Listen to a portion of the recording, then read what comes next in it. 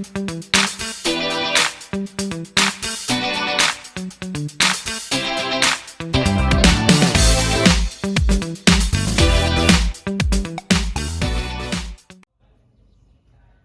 to make the Swiss Chard Dal, I have chopped up 3 cups of Swiss chard. It was a rainbow Swiss chard from the community garden. I have approximately 3/4 cup of shallots and half a cup or so of tomato and some crushed garlic. Just a little note on the crushed garlic. When you crush garlic and leave it aside for like 10 minutes or so, it releases its most powerful compounds. So I try to crush my garlic before I start prepping for my recipes, so that it is going to release most of its potent anti-cancerous nutrients, because it, like I said, the research indicates it takes 10 minutes for the crushed garlic to release its compounds. So that's all we have for the Swiss chard in terms of vegetables. And now I'm going to show you what kind of masala or spice mix we need to add the flavor and another layer of nutrients. To add the flavor, I'm going to add some roasted cumin seed powder, roasted coriander powder. I have some cooked dal or lentils. I have used pigeon peas, but you can use cooked mung dal or even pink lentils which are cooked. And to that I have added 1 tablespoon of chickpea flour, and then turmeric, Kashmiri chili, or you can also use just dark red pepper, which is not spicy but it has nice color to it. And then I'm going to add some cayenne to add the spiciness. So those are the only spices we need to use. And then if you want, you can add some sea salt. Okay, so I'm going to add my mustard seeds. They're going to crack very quickly. I'm going to turn the heat off now because I want to make sure it's not burning. Now to this I'm going to add the crushed garlic. Like I mentioned, I had crushed my garlic and left it out there for 10 minutes before using. That releases the anti-cancerous compounds from the garlic. So that's that. I'm just going to allow it to cook just little, and then add the tomato and the shallot. Now, just a little side note about shallot. Of all the onions, so that's why shallots not only add a unique flavor but also another set of nutrients to your dish. Now the onion and tomatoes are cooked. I'm going to add my turmeric,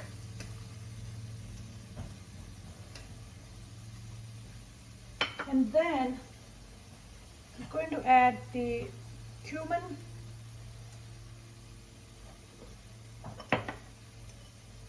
and coriander powder, a little bit on the side, along with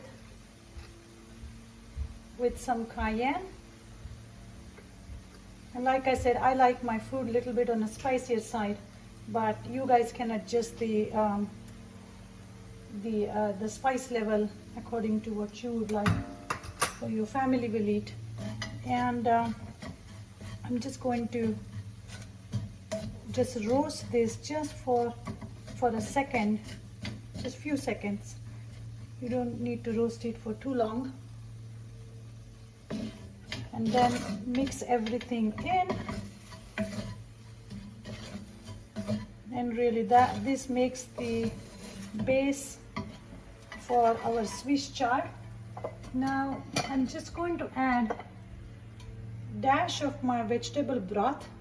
Actually, this is not exactly a vegetable broth. I store all my spices and my chili powders in glass jars. I reuse my glass jars.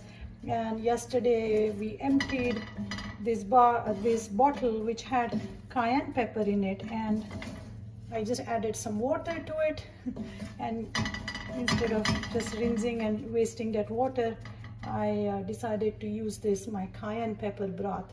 So just to add a little more flavor, that's all. It's all about being creative in the kitchen and about adding flavors and nutrition. Now I'm going to add the Swiss chard in it. It's finely chopped. It's going to wilt very quickly.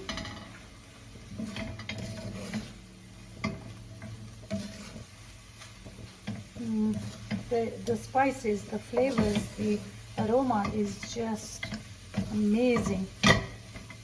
Now Swiss chard, unlike kale, is pretty mild to taste.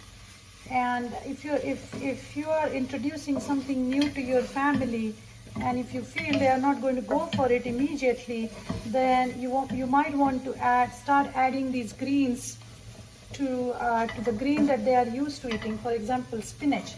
So you can start making your everyday spinach sabji or spinach dal or your spinach salad. Instead of making it just with spinach, you might want to start adding Swiss chard to it, and off you go. You will get those great benefits such as nitric oxide, calcium, iron, just by again chewing your Swiss chard and not drinking it. So please don't make a smoothie with it. Try different recipes. I'm going to cover this just for a couple minutes. So while Swiss chard is being cooked, I'm going to show you how I prep my dal. I'm just going to add a little bit of hot water to this dal, and that's all. And then gently going to mix it.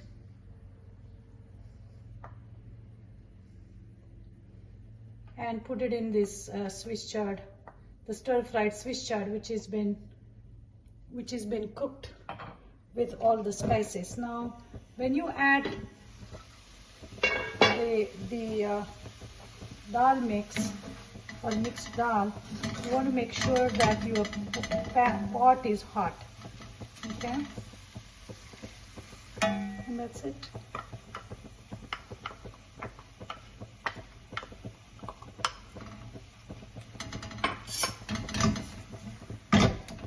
Then I'm going to lower the heat and just mix this thing in really well. Now the consistency of this dal is up to you. If you want it thin, you can add more water, but you can also have it a little bit thick like this. No big deal. It's really, this is not going to affect the flavor in any way. Now I just want to make sure that I get all these yummy trimmings which are at the bottom of this pan. That's where all the spices sometimes get stuck. So if needed, I'm going to add a little bit of extra water to just kind of get the process of keeping the pot clean, or my skillet. I keep saying pot, but actually it's a skillet. I love my all-clad skillet. That's probably the most used pot or equipment or cooking ware in my kitchen. It's easy to clean. It cooks well. It's all stainless steel. Okay, so now I'm just going to add, I'm going to cover the Swiss chard for another couple minutes and let it cook. So after like 7 to 10 minutes or so, the Swiss chard dal is cooking really well, and you can also steam it lightly if you're in rush and want to expedite the cooking time. But usually it's very tender. It doesn't require long cooking times. It's very similar to spinach. I'm going to finish the recipe by adding little bit of lime or lemon juice. Anything sour will go. Now, unlike spinach or other greens which change their colors after cooking, Swiss chard is able to maintain its beautiful red, yellow and green color pigments, which is an added bonus because it really looks very nice once it's done. So the Swiss chard dal is done. It has protein, it has calcium, it has magnesium, it has potassium, most importantly nitric oxide, which is going to help us improve the blood flow to our heart and any artery or vein that is carrying blood flow to any part of your body. It is flavorful. I just tried it. It is little spicy, little tangy, and just has a very mild flavor of Swiss chard. It is blending really well with this mung dal, cooked mung dal and chickpea flour that I added to it, and it is just a perfect dish. You can even have it as a soup. You can serve it with some quinoa or any other kind of whole grain bread or any cooked whole grain. I hope you guys will like it, try it. Please go and get some Swiss chard or start growing your own. It's very hearty, it's very easy to grow as well. Thank you again. Please make a comment or send me a question that you may have, and I'll be happy to answer it for you. Thanks again, and talk to you guys soon. Swiss chard is a very nutrient dense, powerful greens, which is and I'm going to talk about how it helps with heart health. So Swiss chard, let's first talk about Swiss chard. Swiss chard is a green vegetable which is predominantly available fresh. This is from my community garden, and it grows really well early summer through fall. However, it's a very hearty vegetable, and you will see it pretty much throughout the year in the grocery store. Again, this is one of those vegetables which are underutilized in spite of its very high nutrient content. The beauty of Swiss chard is, look at the colors, the red vein going through it, the yellow vein going through it. You will see a purple vein sometime, the white. This is called as rainbow Swiss chard, but you will also see a regular one which has a white vein going through it. Nonetheless, Swiss chard is very high in antioxidants and polyphenols, vitamin A, through the red vein like retinol, and also yellow. Red and yellow vegetables are good for our eyes and our skin because of the beta carotene content of these colored vegetables. Now, another powerful nutrient that Swiss chard has is calcium and ability to increase the blood flow to the heart. How? Because when we chew, okay, not drink, when we chew any green vegetable, specifically a powerful green vegetable like Swiss chard, again, when we chew it, the good gut microbiome, converts a specific compound which is in this the Swiss chard to nitric oxide. Now, nitric oxide is the compound which helps us relax the blood vessels and makes the inside of the blood vessels or the arteries and the veins smooth like glass or like non-stick. So the cholesterol, if you have any excess, slips away and doesn't get accumulated. That's how powerful nitric oxide is. And nitric oxide is produced only when you chew greens, not drink.